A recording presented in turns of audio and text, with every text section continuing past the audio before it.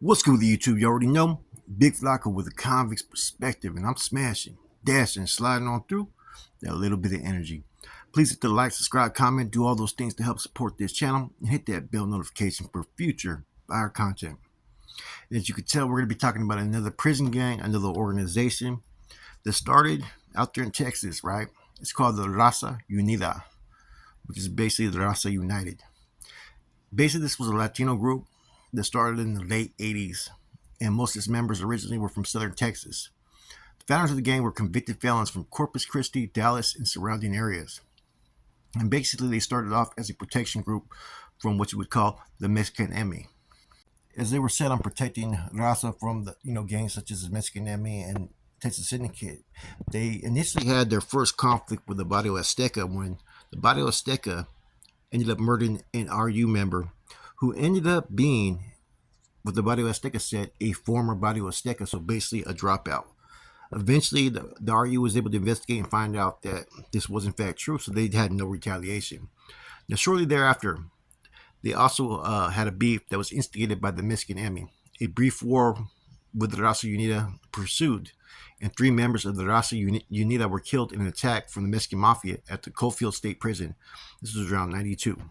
Now, in 94, they had a brief alliance that started with the Texas Syndicate, and it was to share the drug trade in Brownsville, which was one of the main things that they focused on.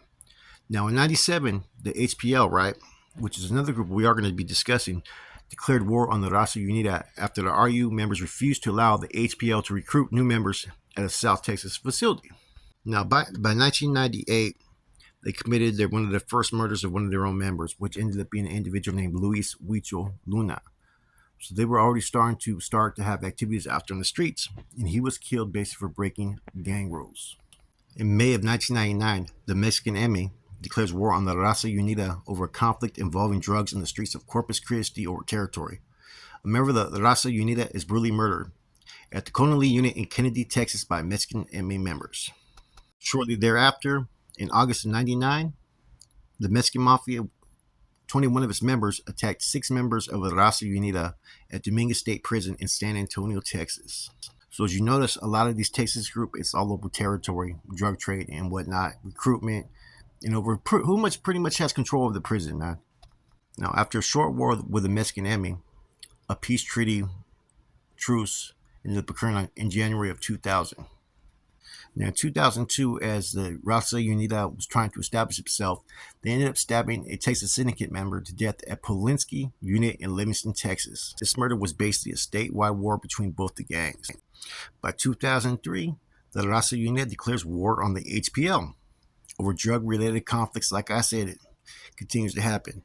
This is going to be a crazy one. The HPL members brutally murder a 6-year-old Robert Conchola by shooting the child in the face. The victim's father was a known member of the Raza Unida prison gang. This, too, was over a drug dispute. From there, retaliation happened. Another member from the HML, which stands for Hermandad de Pistoleros Latinos. Like I said, Texas isn't no joke, man. These gangs are very active, man. By 2004, the Raza Unida and Texas Syndicate settled on a truce. And that's the crazy thing about these gangs, right? Especially the smaller ones. Sometimes they have to establish either a peace treaty or they have to set an example, man, for them to even be respected by all these other groups. The main 3 Hispanic or Latino groups are the Texas Syndicate, the Mexican enemy, which we already talked about them, and Barrio Azteca, which I've talked about previously. Now, finally, in 2005, the HPL and Raza Unida established a peace treaty. The thing that they were well known for was the September 9, 2006 escape, when Raza Unida members used shanks to overpower guards and escape from the East Hidalgo Detention Center in La Villa, Texas. These are just some of the things that they've been involved in, man. And see, they operate, I think they have what do you call a 5-member panel, right, which oversees 5 different regions. They have captains, lieutenants, and sergeants. Now, the Raza Unida at one time had a very loose alliance with the Texas Syndicate, and that was basically for support against the Mexican Mafia, who were very powerful at that time. They had to give up a quarter of their drug dealing territory in order for this to be protected by the Texas Syndicate. Now, a lot of that war that happened with the HBLs was over territory in Brownsville, right? Which eventually was agreement with all gangs taking over different sections. Now, what pretty much severed their relationship with the Texas Syndicate was when the Barrio Azteca and TS went to war. Raza Unida decided to step on back, which infuriated a lot of members of the TS because the TS was supporting them against the HPLs. So what the Raza Unida was doing was pretty much while they were going at it, warring TS and Barrio Azteca, they were trying to establish more control over, the prison drug trade. And they were able to succeed in certain institutions, which later on had a backlash effect when other members from other gangs started to see what they were doing. That's why there were so many times that this small organization started to go to war with each other. Now, sometime in the 2000s, man, there ended up being a split after the war that they had with the TS over territories, right?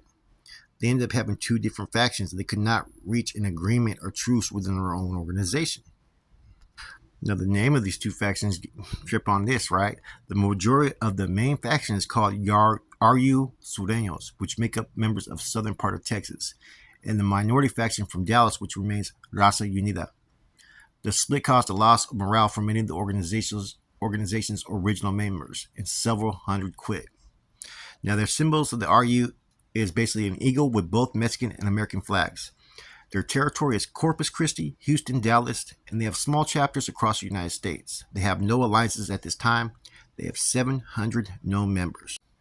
Now, the Raza Unida, one thing that they're just very well known for, right, is that they were focused mainly on the drug trade out there in the streets and prison. That was all that they were focused on, man. And they didn't care which alliances they made, which ones they severed. If it was for their benefit, for their survival, they would gravitate towards it. And see, that's why they would sometimes would be at peace, right? Make their truces, and at other times they would declare war. And the one area where I see that they messed up, right, was that they had a working relationship with the TS to give them protection against the Mexican enemy. But what ended up happening is, if you're gonna get that protection, man, you're gonna have to give that support back. When the Texas Syndicate went to war with another well-known established fucking prison gang, which there's mainly three, they're at the top of the food chain as far as with the Latino groups. That's Barrio Azteca, the Mexican Mafia, and the Texas Syndicate. Those three are off top, the top ones in Texas. So when they refused to give any type of assistance, man, that later on fucking pretty much fucking had a backlash effect, man. Because now, when the TS put themselves in a position where that war was over, it was time for the TS to go deal with the fucking RUs, right? And that was tick for tack. And of course, the TS is a lot more bigger, a lot more established, right? But anytime the TS was focused on more attention on other issues, or when the Department of Corrections in Texas started to focus on them, is how these groups always have been able to maintain some type of survival, some type of longevity. Now, their numbers are still low, right? But at the same token, they're still present. RU also used to have like tattoos with the numbers 1821 to symbolize RU. They had the letters RU. They have, like I said, they had a 5-member panel who had 5 different regions to where they gave orders to captains, lieutenants, and whatnot. One of the individuals that was running part of the organization for a long time was an individual named the Professor Rivera. Now, they've been indicted just like all the indictments you hear about in California with the MA and NF that we've done. They are no different. They've been indicted on several different indictments. They've had people who've been, like I said, serial killers as well, top 10 list. You know what I'm saying? They've been involved in almost every single criminal category you could think of. They've been on that list. And they did the same racketeering to look after its members of the organization. And basically the same things. Like they teach their members Nawa, they have communications, codes, and everything. So basically the same way, all these other organizations that operate in California, they operate the same way. I don't know what they consider themselves as far as their names, right? But I would think probably the same terms, primos or carnals or whatnot.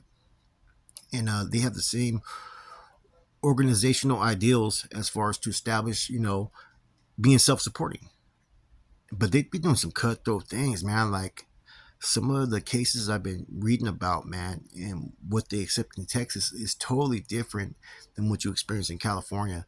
There's certain crimes that I've seen that some of these members have committed from all these gangs over there. Then in California, they'd be on the no good list. In Texas, it's more acceptable. I'm not saying that's a bad thing or a good thing. I'm just saying that's the way of life in Texas. Anyways, I could find out information a lot about their current indictments and things that they've been involved in, but it was a lot harder to find about their past, their founders. Like I said, a lot of their their incidents were basically like from one incident to the next, man. Like they pretty much warred with every fucking group in the Texas Department of Corrections, and it was always over the same things, man. With that said, man, there's more to come. I'm gonna do episodes on other states, and I'm gonna do the best I can to try to research and investigate and get as much information. And I may have to come back to this group because as I got a lot of information about them, like their incidents, but I don't have a lot of how they founded or what their rules or structure is. So that's it. It's your boy Flacco. I'm gone.